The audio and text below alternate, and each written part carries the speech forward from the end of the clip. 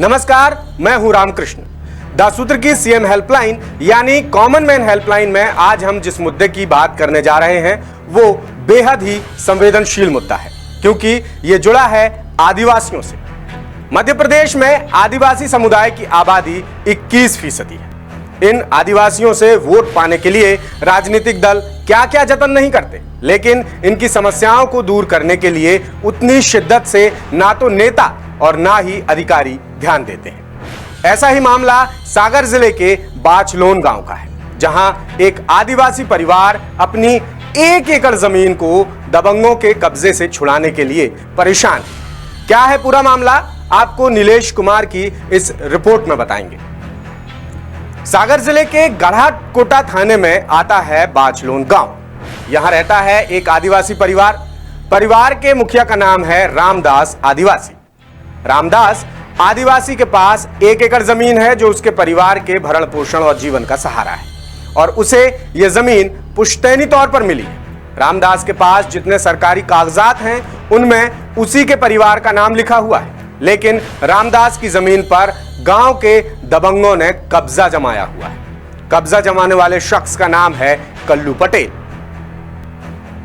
इनने दोबारा से फिर कब्जा कर लिया। किसने कब्जा कर लिया? कल्लू पटेल। कहाँ के रहने वाले हैं? बाचलोन। आपने इसकी एफआईआर वगैरह नहीं करवाई क्या? जी करवाई।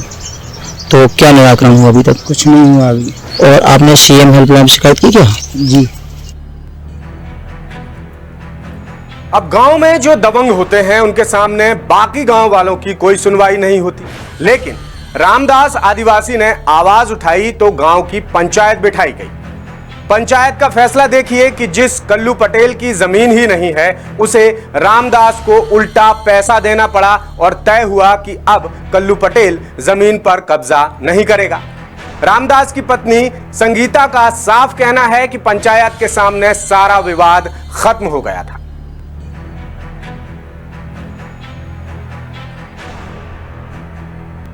समस्या ये आ रही है सर कि हमने बैसाख में 5 पंचों के सामने हमने फैसला करवाया था इनका। तो पंचों ने फैसला करके दिया था कि जो कल्लू पटेल के यहाँ आपकी जमीन है इनने सारा कब्जा छोड़ दिया, और जो तुम्हारा पैसा बन रहा है 17 का वो 20,000 रुपया आप ले लो। तो कल्लू पटेल ने पूरा कब्जा छोड़ दिया था। उसके दौर पे हमने अपनी जमीन पे कब्जा करा, उड़दे बाय सब करा हमने, उड़दे काटे। इनने जबरदस्ती फिर कब्जा कर लिया। किसने कब्जा कर लिया है? कल्लू पटेल ने। और फिर उसके बाद में जो उन्होंने तार लगाया रात में चोरी से, रात के 12 बजे में तार निकाल ले गए सुबह। तो इनने कल्लू पटेल ने अपने लड़के को भेजाया, लड़की को भेजाया, सरोज पटेल को भेजाया। 3-4 जनों ने मारने की धमकी दी और बोला मार के खेत में आपको दफना देंगे। आपने इसकी शिकायत नहीं की पुलिस में? क्या शिकायत करी थी, कई बार कर चुके हैं। इसकी कोई जानकारी की कोई घोषणा भी नहीं हो रही है। आपने सीएम हेल्पलाइन की क्या? हाँ, वहाँ भी करी है। कितने बार सीएम हेल्पलाइन लगाई हुई आपने? वहाँ तो कम से कम 20 बार कर चुके होंगे। CM helpline. हाँ, कोई अधिकारी नहीं आता आपको? कोई अधिकारी नहीं आ रहा है। अभी भी तक भी है कि धमकी अभी तक में भी दे रहे हैं कि जान से मार देगी। रामदास ने पैसा भी दिया और कुछ दिनों बाद कल्लू पटेल ने फिर उसकी जमीन पर कब्जा जमा लिया। अब रामदास की तरफ से थाने में शिकायत भी की गई, लेकिन पुलिस को फुर्सत ही नहीं इस मामले को देखने की। दूसरी तरफ रामदास को किसी ने सलाह दी कि सरकारी सीएम हेल्पलाइन में शिकायत करके देखो। रामदास ने वो भी किया, लेकिन राजस्व से जुड़े अधिकारियों ने इस शिकायत पर कोई संज्ञान नहीं लिया, कोई सुध नहीं। द सूत्र ने जब इस मामले में संबंधित गांव के पटवारी से बात करने की कोशिश की तो पटवारी ने फोन नहीं उठाया।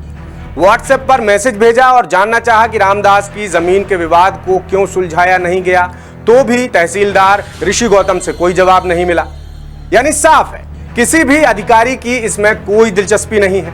एक तरफ आदिवासियों के लिए राजनीतिक दल बड़ी बड़ी घोषणाएं करते हैं, बड़ी बड़ी बातें करते हैं, लेकिन आदिवासी परिवार की ही कई सालों से अपनी जमीन के लिए जद्दोजहद जारी है, उसकी कोई मदद नहीं कर रहा। नेता तो दिखावा करते हैं, लेकिन प्रशासन में बैठे अधिकारी तो सुध ले सकते हैं। इतनी शिकायतों के बाद भी सुध ना लेना यह बताता है कि प्रशासन सोया हुआ है, अधिकारी मस्त हैं और जनता त्रस्त है। बहरहाल अगली बार किसी और मुद्दे को लेकर आपसे रूबरू होंगे। तब तक के लिए दीजिए इजाजत। नमस्कार।